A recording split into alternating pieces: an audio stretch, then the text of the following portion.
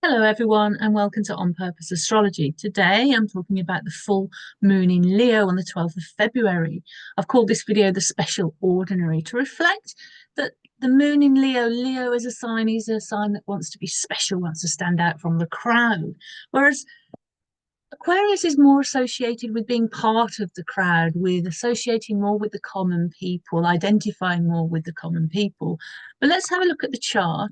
And you can see here, I've highlighted it in bold red lines. We have the moon at 24 Leo, we have the sun at 24 Aquarius, and then we have a tight T square.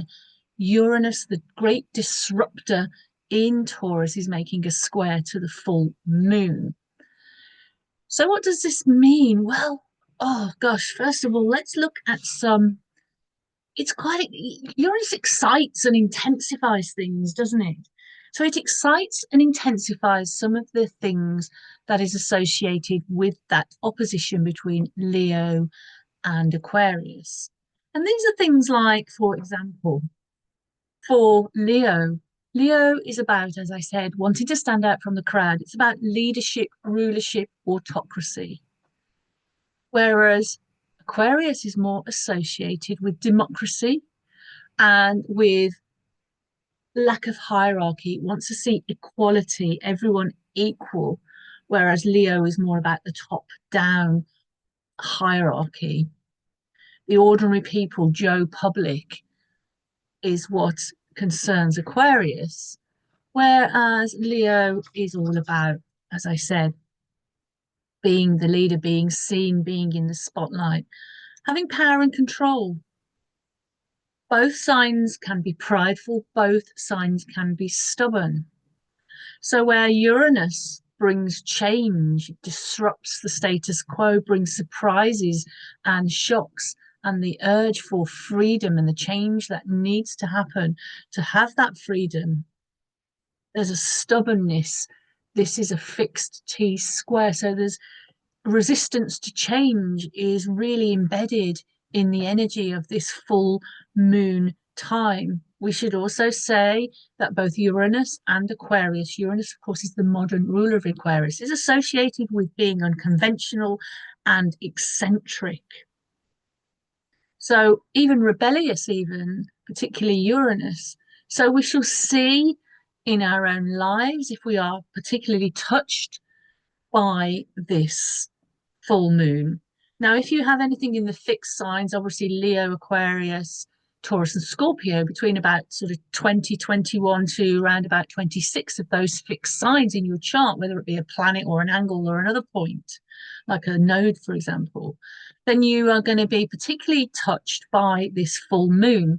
But you also, and I'm sure you probably know or have felt that you will also be having a longer Uranus transit as well. Transiting Uranus moves very slowly, whereas transiting Moon and Sun move very quickly indeed.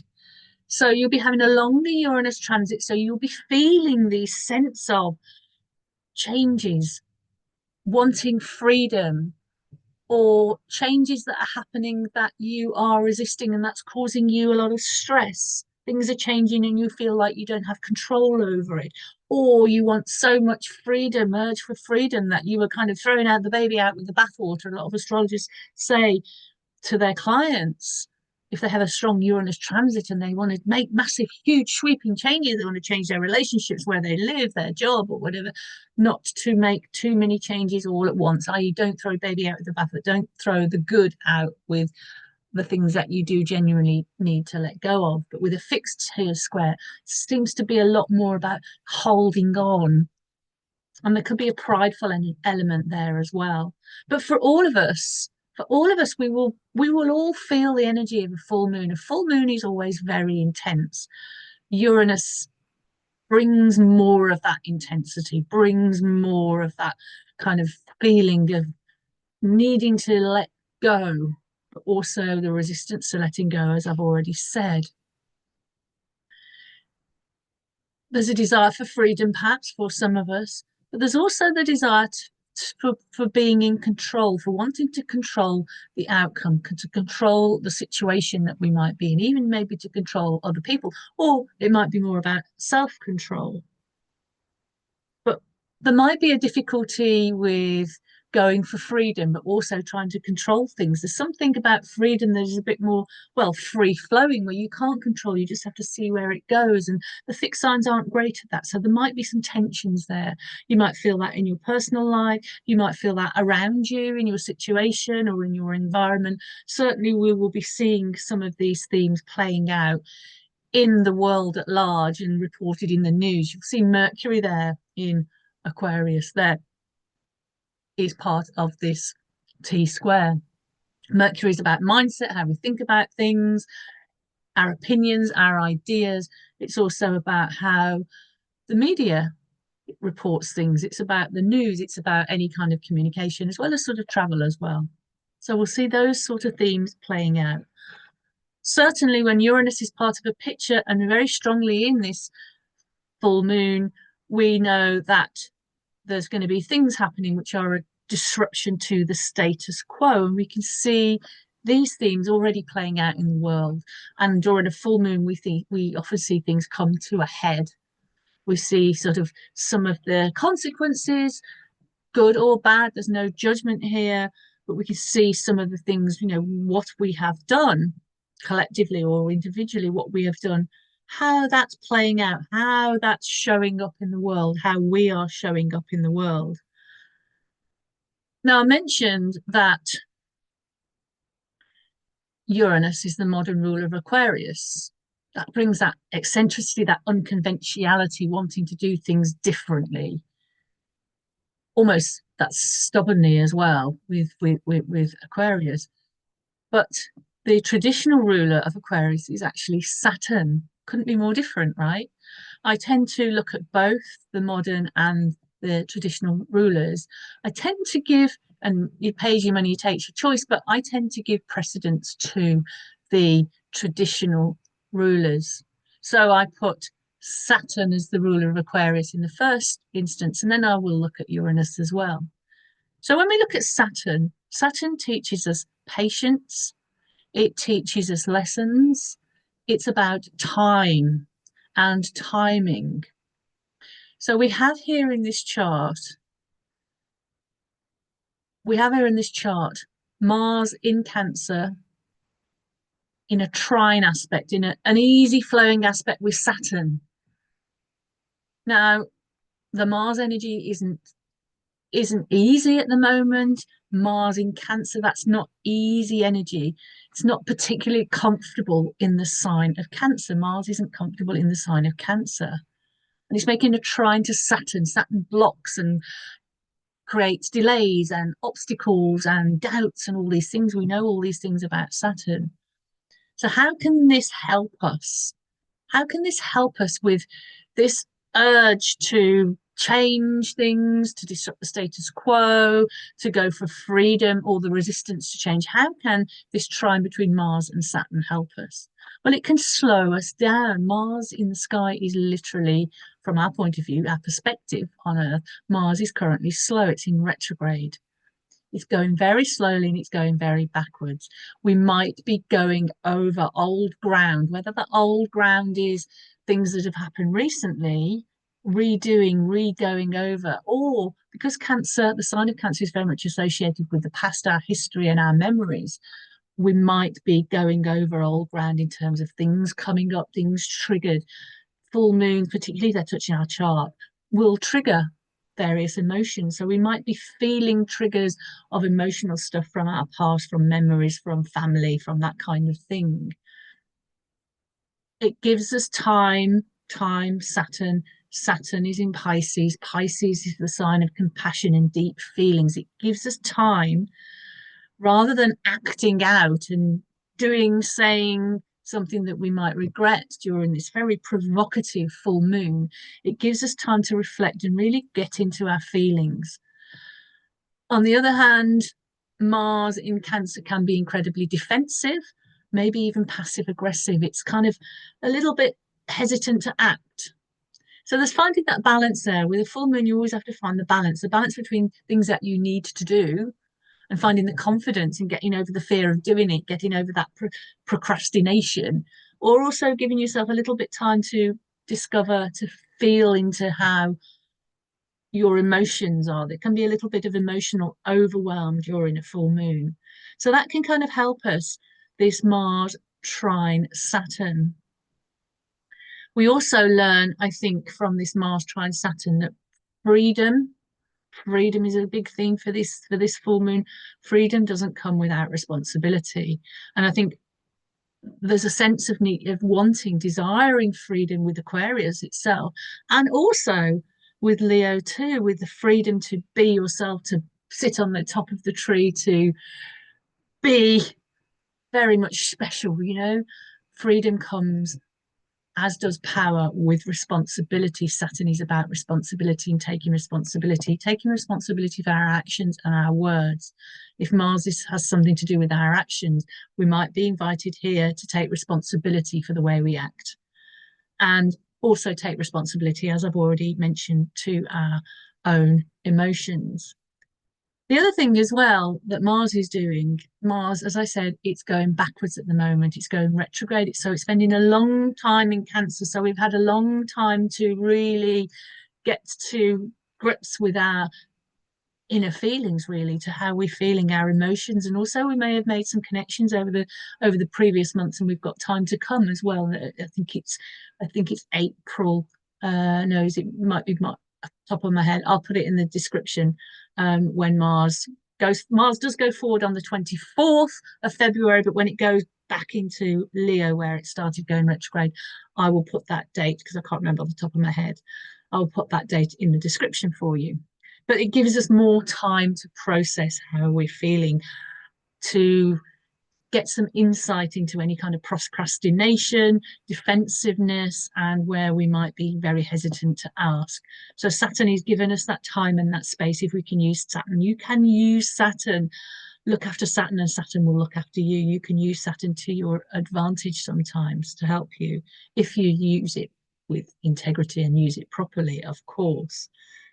The other thing that Mars is doing is Mars is making a square to Chiron in Aries. You can see Chiron there at the top of the chart, the little green glyph that looks like a bit like a key. So we've got this square between Mars and Chiron. Well, what's that all about? Again, if we think about the emotional water sign of Cancer, then we think about emotional healing. It's the wounded healer archetype, Chiron. So these things that I've just been mentioning, where we might be having memories from the past or triggers from the past, or working through behaviors from the past that we might want to change, self-belief, lack of confidence that might have held us back from hesitating to act, held us in hesitation to act, or held us back in terms of wanting to just hibernate in a defensive mode. We can work through, this square is inviting us to work through that, to find a way to get some healing. What Chiron reminds us, remember, Chiron is the wounded healer. Chiron is how we can help and serve others in the world through the pain, essentially, that we might have gone through personally. It also reminds us that if we are never perfectly healed, we can still help others, because we understand the pain of what people are going through, what others are going through. So there's a humanitarian aspect into this as well, because with this Uranian energy, with the Aquarius energy, it's very humanitarian. So we could maybe be thinking about how we help other people who are more vulnerable, who need help.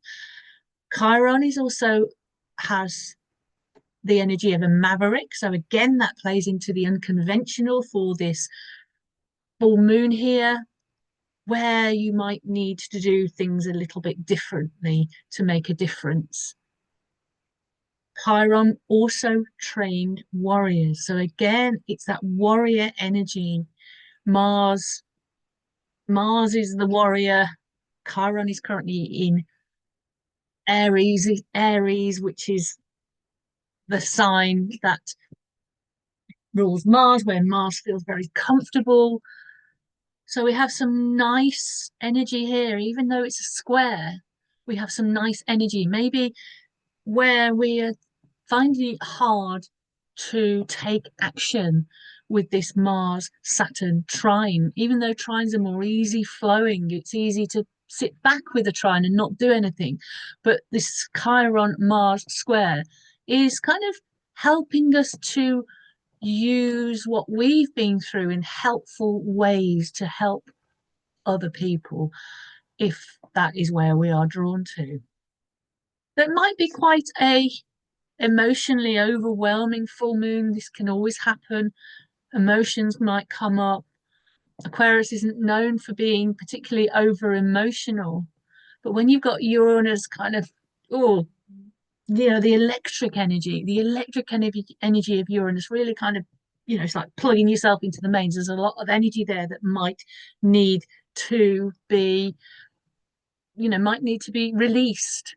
So again, this Mars Chiron, it might be about exercise. It might be about literally going to the gym and doing some weight training or some cardio or something like that as well.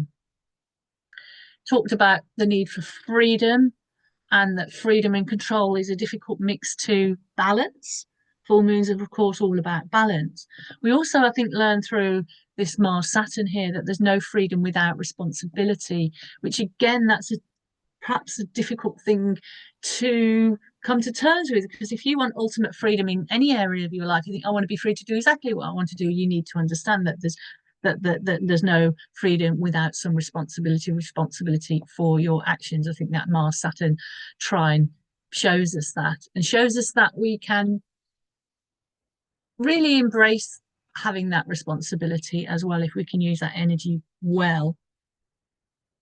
So as I've said, if this doesn't touch your chart exactly, it's always interesting, we can just follow world events and we can see these themes. We can see some of these themes already playing out in the collective, in the world events. We can see them being reported in the news. Mercury is part of this T square, this full moon T square, which is also about, as you know, as I've said many times, about how the news is reported, the media, and how the media travels, or words travel fast, news travels fast. So we can see these playing out in the collective.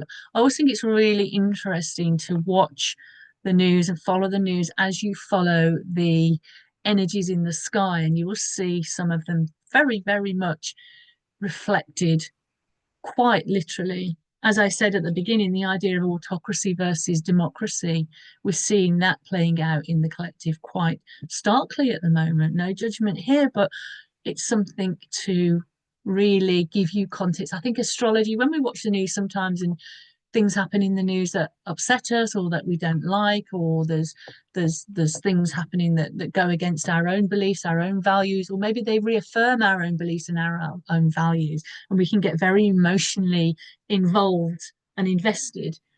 But watching the astrological energies going through, seeing those astrological energies reflected in the collective, gives us that nice Aquarian, Sun in Aquarius, Mercury in Aquarius, a nice Aquarius way of kind of just taking a little distance from it, looking at it from another perspective, looking at from a more aloof or distant perspective.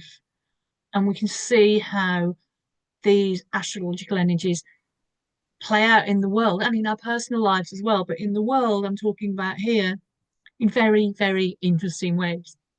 It also reminds us that things change all the time. Nothing is forever. So if there are changes that you want to see in the world, or changes you want to make in your life, there is always some hope there. So I hope this is interesting for you. As I say, it's always infinitely interesting for me, and I really value you watching this video, subscribing to my channel. Thank you to all the new subscribers, and please subscribe if you've enjoyed this video and want to see more from me. Thank you very much. With love, as always. Bye bye.